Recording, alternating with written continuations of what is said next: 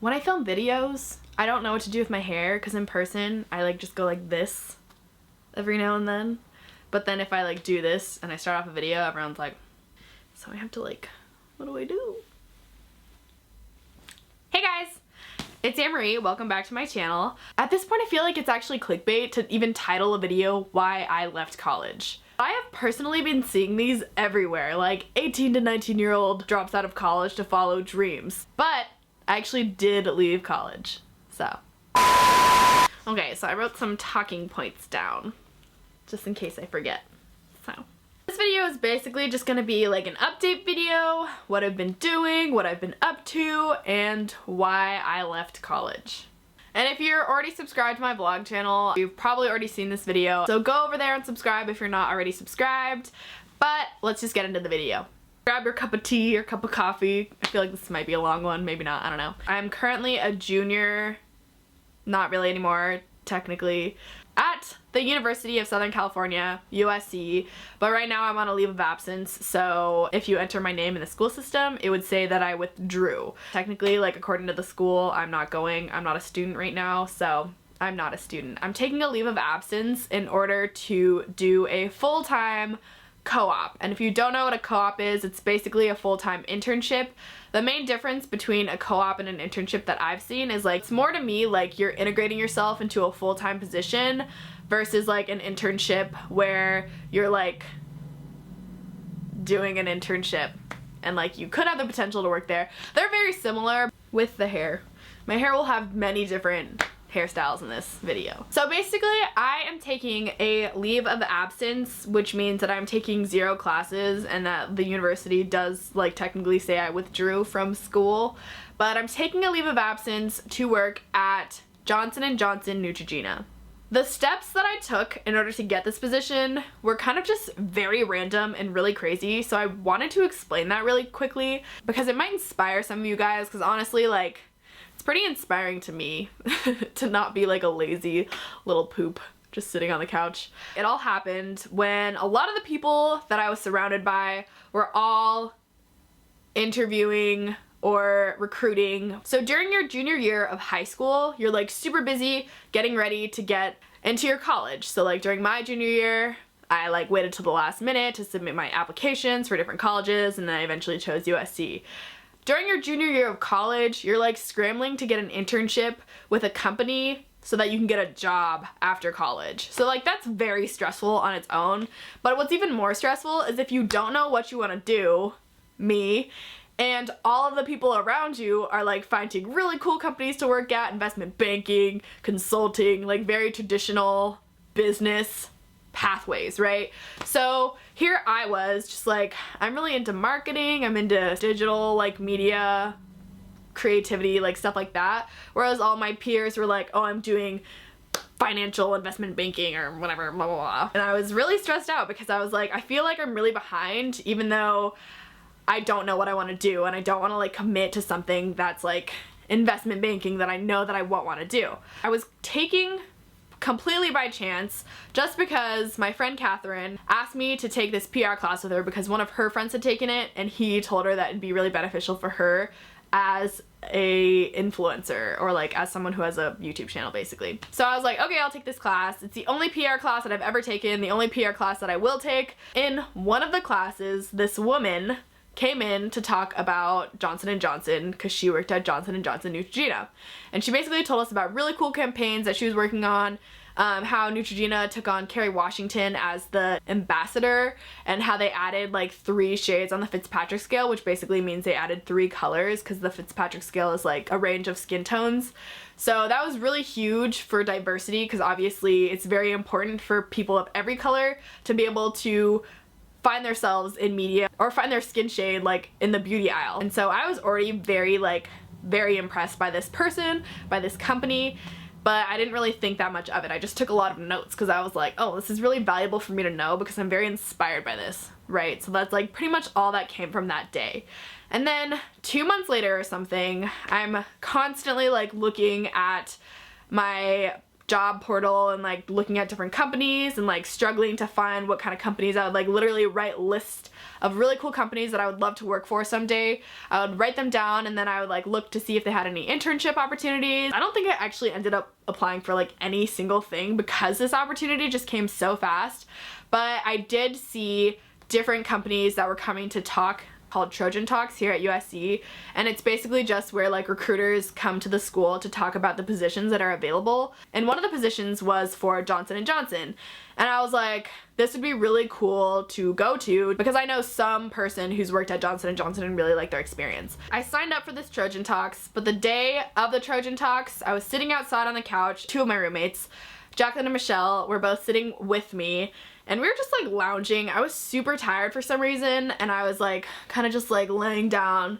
and I told them, I was like, I signed up for this Trojan Talks. It's at 4 or 5, or like later in the afternoon, but not too late. And I was like, but I don't think I'm gonna go because I'm really tired right now. And Michelle, I'm sure Jacqueline also said something, but I just distinctly remember Michelle because they're both very supportive people.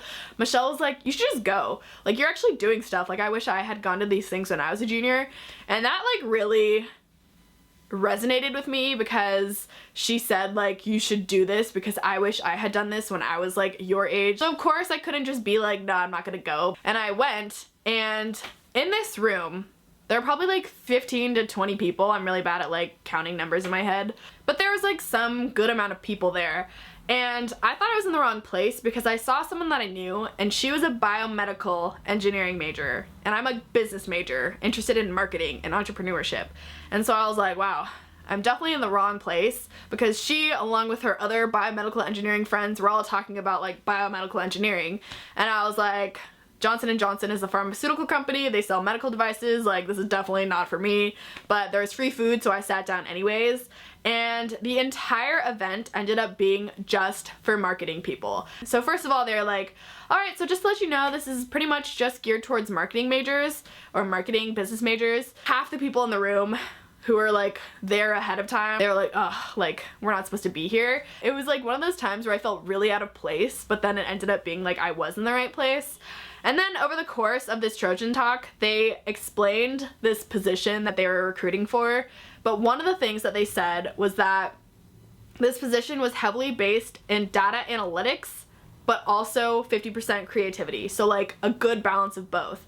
And that's like pretty much exactly what I am interested in, because I really like YouTube because it's a creative outlet, but it also allows me to kind of like look at the data analytics that Google provides me, and I can basically see exactly who watches my videos, what age group, from where, like all of that information is available to me. I can take that information and then use it to create a video that I know will cater to that group. And to me, that's just like amazing, because it's like you're using math and like charts and stuff to make decisions that like you're able to have creativity with. I don't know if that makes any sense, and I explained that so horribly. I said math and charts and stuff, but that was just so appealing to me, so I was like, this sounds exactly like something that I would want to do. They also mentioned that it was for Neutrogena, which is pretty much like, if I were to think of any beauty brand that I could work for, it would definitely be Neutrogena, because I've used it for so long. It's such a solid company in my head. There are tons of beauty brands that I love, but I just feel like this was such a solid brand to work for. So of course I was like very, very excited to apply. And another crazy factor into me getting this position is that I used the example that the woman who came to talk in my PR class used about like Kerry Washington and just like different examples of campaigns that Johnson & Johnson has done. I used two of those examples that they talked about, and the person interviewing me was like, I was so impressed by those answers because that really shows that you did background research. And like, that was just something that I remembered because it was so intriguing and interesting that someone else gave me that knowledge, and I was able to repeat it because it was told like a story and I took notes on it. Like, that's literally the only reason why I mentioned it, because I felt so inspired by those stories and those campaigns that I was like, yeah, this is why I would want to work for Johnson & Johnson, right? So that was just like a really, really crazy series of events that eventually like turned into me getting a job offer or an internship offer, co-op offer with this huge company that I would love to work for and that I am currently working for. So that's pretty much what I'm doing. I've been working there for like a month now, so first it takes a little while to like kind of acclimate to your job, but now that I'm pretty much used to like where I sit, who's working with me and all that kind of stuff. I'm like getting bigger projects, and it's been a lot of fun. So that's basically why I left college. I left college to pursue this co-op because it's a full-time 40-hour-a-week position, and I was lucky enough to be able to do it and to work it out with my guidance counselor so that I can still graduate on time. I'm essentially just taking the semester off with no cost, so I'm saving the whole semester's worth of money that I would have spent going to USC this semester. I'm also not in my sorority anymore. I froze my status, which is like, actually sororities are pretty costly at USC, so I'm saving that money. And then I'm also getting paid for this co-op. Very cost effective. I will have to complete 1 or 2 summer classes this year, but I can take them at a community college, and that is literally like a fraction of the price of 1 unit or 1 class at USC. So that's pretty much what I am up to this semester. Huge updates, but I just thought that the like story in itself was kind of crazy, because if literally one of those things hadn't happened, I would not have even applied or like gotten the position. So that kind of just shows you that like success is like literally kind of just showing up, but also like you can never tell like what'll happen, because I literally thought that I was gonna struggle with finding a cool internship that I was actually interested in for the rest of the year, and then this kind of just stumbled upon me and my path. Okay, so I did write something down that I forgot that I wrote down that I do think is really interesting, because I have been seeing a lot of these types of videos lately. It's literally like 19-year-old student drops out of college to pursue their dreams, and then like their dream is to like travel around the world and live a really luxurious lifestyle, and like this is what they dropped out of college or school to do. And I just wanted to make a quick note on that, since I am making this video and I am titling this video Why I Left College, because hopefully someone who clicks on one of their videos will click on this video, and then I can have like a counter argument to those people's, you know, like why they left college type argument, so that like we just have some like balance in the world of why I left college. The problem that I have with people literally dropping out of college or of school to pursue these wild, crazy dreams that are just super luxurious and really over the top. Following your dreams doesn't necessarily mean dropping your safe route and taking on full risk, which in this case for these kids would be dropping out of college that like maybe their parents paid for and traveling the world full time and living this like super luxurious, expensive lifestyle.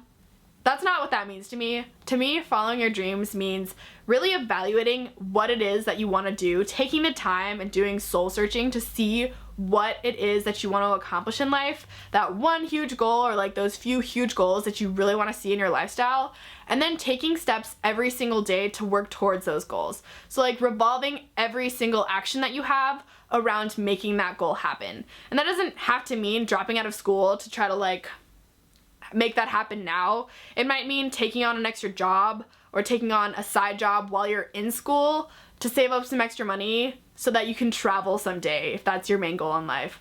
Or making sure that you do hit that milestone or that stepping stone of graduating from college in order to increase your chances of getting a bigger paycheck in the long term in order to be able to afford traveling if that's what you really want to do. It's not about, you know, taking that full risk because that's what it means to like take risks, I don't know. But it's about revolving your everyday actions around that goal. I have no idea if this video made any sense whatsoever, or if it's just like a rambly video that is really catered to like those few people who like will watch those videos and be like, oh, I need to drop out of college now. But hopefully it was like entertaining at the least. So I hope you guys enjoyed this video. If you guys didn't know what I'm up to this semester, you're pretty much all updated by this point, and be sure to subscribe to my vlog channel because I have been vlogging. Go subscribe to that, and also follow me on social media because I update those as well. I feel so weird just leaving this video now after I had that huge rant. But I'm gonna leave now because I think that's it. Thank you guys so much for watching this video, and I will see you guys in my next one.